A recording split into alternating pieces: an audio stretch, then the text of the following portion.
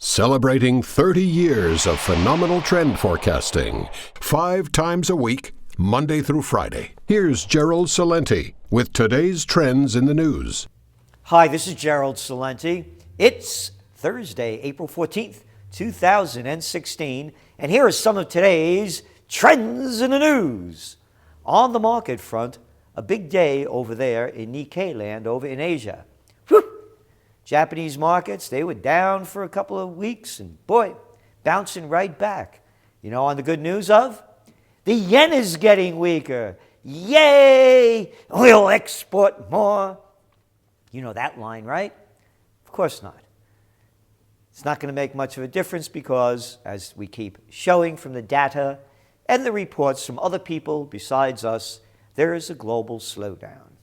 So, that's why the markets went up over there on nothing news. Not that the GDP was rising. No, no, no. Not that wages were increasing. No, no, no. Not that retail sales were up. Nah. Only on... Warning, warning, bullshit alert. And Shanghai popped up a little bit, and so did Hang Seng. Across Europe, everything was up. And it was a big day here in the States once again, with the Dow up the grand total of 18 points. Barely moved. After a big day yesterday. And oil. Oil was down. And so was gold. Woof! Gold's getting whacked, but you know what I keep saying? I've been saying it over and over again. Gold has to stay strong over this 1,200 mark, about 1,280, 1,290, 1,270. Move into that 1,400 range and then move up. So what's the downside risk of gold? Probably about 1,150 in those kind of numbers. So that's what we see. Anyway, other reasons why markets went up over there in Asia on other good news. Singapore eases currency policy as GDP stalls. Now that's a good reason as well, right? So get more dough going out there as your GDP is flat. Again, more central bankism. Bankism is the way of the world. And here's the reason for the Dow closing a bit up and at its highest level since July. That's right, financials post 5-day win streak. Yep, because of the numbers with the financials. They're not as bad as they thought. That's the excuse coming in. Second quarter earnings should come in a little better than what we've been seeing in the first quarter, is what they've been saying. And this should be a low point in earnings and sales. So they're probably right. Have a lousy first quarter, things will probably pick up a little bit. Shares of Bank of America traded more than 2.5% higher. The bank reported an 18% slide in quarterly profits. An 18% slide in quarterly profits. Hey, but it could have been a lot worse, right? BlackRock, the world's largest asset manager, 20% drop in first quarter profits. That pushed the stock up 2%. Wells Fargo reported a 7% fall in quarterly profits. So why is all this good news? Well, according to the chief strategist at TD Ameritrade, the really interesting thing to be taken from the financials so far is the consumer is doing okay. And I think that's why the market is doing so well and hanging in there today. Oh yeah, what were those retail numbers that came out yesterday? Oh, retail sales are only down 0.3%. The consumer is doing great. And I guess this guy can't read what Gallup just came out with today. Most Americans think economy is getting worse. But why pay attention to what most Americans think? We don't count. Not the little peoples in Slavelandia. No, we ain't no chief strategists. Here we go. Fully 59% say the economy is getting worse, against 37% who say it's getting better. And just to show you how worser it's getting, Miami real estate is melting down. This is the headline from CNBC. And it goes on to show the report released Thursday, today, found the average sale price in Miami Beach and nearby Barrier Islands fell 7.5% year over year. The median sale price fell 6.6%. Total number of sales in the area dropped 21.1%. Inventory surged to 33%. One lousy number after another. In the broader Miami market, number of sales declined 17.5%. Condos in the hyper-exclusive community of Bal Harbor saw the average sale price fall 38%. The number of sales there dropped 32%. Everything is okay. And if things get really worse and the banks get in trouble, yeah, because those financials are so good, don't worry about it. We're going to bail them out again. That's the word from the Fed. Think I'm making it up? Here we go, folks. 5 banks are still too big to fail, regulators say. Fed and FDIC caution. No credible plans for new crisis. Only Citigroup passes, and they barely passed. The nation's top bank regulators have added an unexpected voice to the growing chorus of critics worried that the biggest American banks, nearly 8 years after the financial crisis, are still too big to fail. The Federal Reserve and the FDIC said that 5 of the nation's 8 largest banks did not have, quote, credible, end quote, plans for how they would wind themselves down in a crisis without sowing panic. That suggests that if there were another crisis today, the government would need to prop up the largest banks if it wanted to avoid a financial crisis. What's this government propping them up? How about we the people being taxed to prop them up and making the filthy rich a lot richer? The too big to fail got bigger. There is no such thing as too big to fail in capitalism.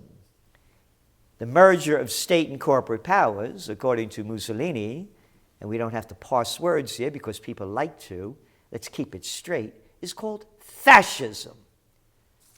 And that's what they're selling. After all this, the too bigs got bigger and they pushed other banks out of business, and the regulations are hurting the smaller and medium-sized banks as the fat ones get fatter and the blank fines and the diamonds get all of that dough in executive pay in the tens of 30s of millions as we pay for it. The regulators this week did not come close to calling for a breakup. Yet, yeah, they're not coming close for a breakup. We'll have to pay and bail them out. Emerging market risk may spread. Why, they're peddling fiction, according to Obama. Who said this? It's only the International Monetary Fund. Came out with another report yesterday. Debt burdens of big companies in China and other emerging markets could spread trouble across borders and weigh on global financial system. The ballooning debt of giant companies in fast-growing economies is of particular concern because of their close ties to banks in those countries, as well as the national governments likely on the hook. You ready? To bail them out. Who bailed you out? Who made up this crap that we got to bail out banksters? Where's Jesus when you need him? Yeah, coming out with that whip, man. Yeah. Again, hey, I raised my voice. Prince of Peace became violent against this very thing. Bail them out. India's banks frustrate investors. India has a bad debt problem. The country's banks are stuck with record levels of non-performing loans after loaning out money to protect developers, blah, blah, blah, blah, blah, blah, blah. These people make all these bad loans, dirty deals, scams, and we, the people, suffer for it. Larger Italian banks at risk from, quote, support role. Fitch, the rating agency, has warned of risks facing big Italian banks as a result of the government's latest efforts to prop up the financial sector. Isn't it great? We gotta pop up Wall Street as they shaft us. Prop them up as they rob from us.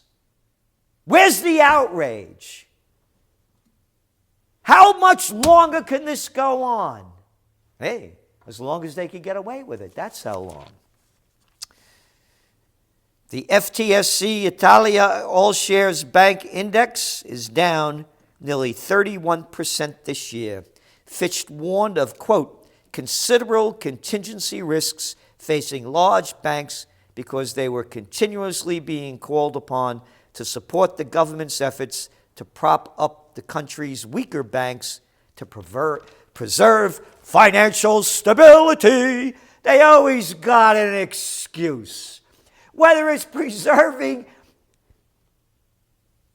financial stability or with those military madmen always preserving national security. They always have a reason to screw us. Barclays is 8,000 jobs in 4 months in cost-cut drive. Yep. They're a bank. It's not good news. Remember those export numbers that went up yesterday over there in Beijing? They're up 11.5%. So now you got to read all this stuff, right? And I come up with the reason why. But they don't say that's the reason why. Chinese steel exports surged by 30% to 9.8 million tons in March compared with the year before. They're dumping steel. You got it? They have all this overcapacity, and they're dumping steel throughout the world at lower prices, and that's what's jacking up exports. But those are only facts. Why bother with those? And speaking of other facts, Peabody Energy files for bankruptcy, the world's largest private sector coal producer. Yep. One bad piece of news after another. And on to the international front. Everything's okay with ISIS. It looks like it's melting away. Gains made in struggle against ISIS. Obama says. This is right out of the toilet paper. President Obama said that while the Islamic State could still inflict horrific violence on the innocent, the United States had made substantial gains in combating the group, reducing its forces to the lowest levels in 2 years. Quote, we have momentum, and we intend to keep that momentum. The ISIS core in Syria and Iraq continues to shrink. You know what that is. Oh, come on now. That ain't even bullshit. That's horse shit. Well, let's call it what it is. Obama said, once again, they have failed. Their barbarism only stiffens our unity and determination to wipe this vile terrorist organization off the face of the earth. Yeah, we're going to deploy, destroy, destruct. How many times are you hearing this? Want to talk about barbarism? How about them drone strikes killing innocent people? Huh? What about that? How about the destruction of Libya? Was that barbaric? Hey, how about Iraq? Over 1 million dead? Nah, that's not barbarism. That's freedom and democracy. Isn't it a wonderful day where your troops surge in Afghanistan? Oh, you forgot about that one. Yeah, another 33,000 troops to slaughter more people. Barbaric? Yep, you got it. And that's just some of today's barbaric trends in the news.